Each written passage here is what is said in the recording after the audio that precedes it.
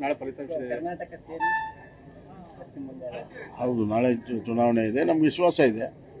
ಕರ್ನಾಟಕದ ಎರಡೂ ಉಪಚುನಾವಣೆಯಲ್ಲಿ ನಾವು ಮಾಡಿರುವಂಥ ಕೆಲಸ ಮತ್ತು ಸಾಧನೆ ಮತ್ತು ಚುನಾವಣೆಯಲ್ಲಿ ಸಂಘಟಿತವಾಗಿರುವಂಥ ನಮ್ಮ ಚುನಾವಣೆ ಕ್ಯಾಂಪೇನು ನಮಗೆ ಬಾಗಲಕೋಟೆ ಮತ್ತು ದಾವಣಗೆರೆ ಸೌತಲ್ಲಿ BJP ಎರಡೂ ಕ್ಷೇತ್ರದಲ್ಲಿ ಜಯಬೇರಿ ಹೊಡೆಯುವಂಥ ಎಲ್ಲ ವಿಶ್ವಾಸ ನಮಗಿದೆ.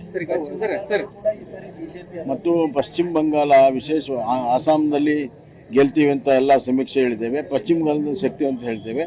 ಪಶ್ಚಿಮ ಬಂಗಾಳದಲ್ಲಿ ಈ ಬಾರಿ ದೊಡ್ಡ ಪರಿವರ್ತನೆಯಾಗಿ ಈ ಇಡೀ ಭಾರತ ದೇಶದ ಮುಂದಿನ ರಾಜಕೀಯ ದಿಕ್ಕುಸೂಚಿ ಬದಲಾವಣೆ ಆಗುವಂತ ರಿಸಲ್ಟ್ ಬರ್ತದೆ. ಬ್ಯಾಲೆಟ್ ಪೇಪರ್ ಬೇಕಂತ ಕಾಂಗ್ರೆಸ್ ಹೇಳ್ತಿತ್ತು. ಆದ್ರೆ ಈಗ ಶೃಂಗೇರಿಯಲ್ಲಿ ಬ್ಯಾಲೆಟ್ ಪೇಪರ್ ಅಲ್ಲಿ ಜೀವರಾಜ್ ಅವರು 40 ಓಟಿಂದ 50 ಓಟಿಂದ ಗೆದ್ದಿದ್ದಾರೆ. ಅಲ್ಲ, ಅದಿರ್ಲಿ, ಕಾಂಗ್ರೆಸ್ ರಾಜ್ಯವನ್ನಂತೂ ಅಧೋಗತಿಗೆ ತೆಗೆದುಕೊಂಡು ಹೋಗಿ ಪ್ರಾಚೀನ ಕಾಲಕ್ಕೆ ತಗೊಂಡು ಹೋಗ್ತಾ ಇದ್ದಾರೆ.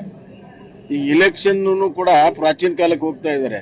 ತಂತ್ರಜ್ಞಾನ ಅಷ್ಟೆಲ್ಲ ಮುಂದಾಗಿ ಒಂದ್ ನಿಮಿಷ ನಿಮ್ಮ ಪ್ರಶ್ನೆಗೆ ಉತ್ತರ ಕೊಡಿ.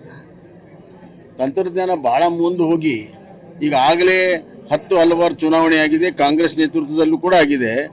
ಕಾಂಗ್ರೆಸ್ ಎಲ್ಲ ಕಡೆ ಸೋಲ್ತಾ ಇರೋದ್ರಿಂದ ಈ ರೀತಿ ಮತ್ತೆ ಬ್ಯಾಲೆಟ್ಗೆ ಹೋಗ್ತಾ ಇದೆ.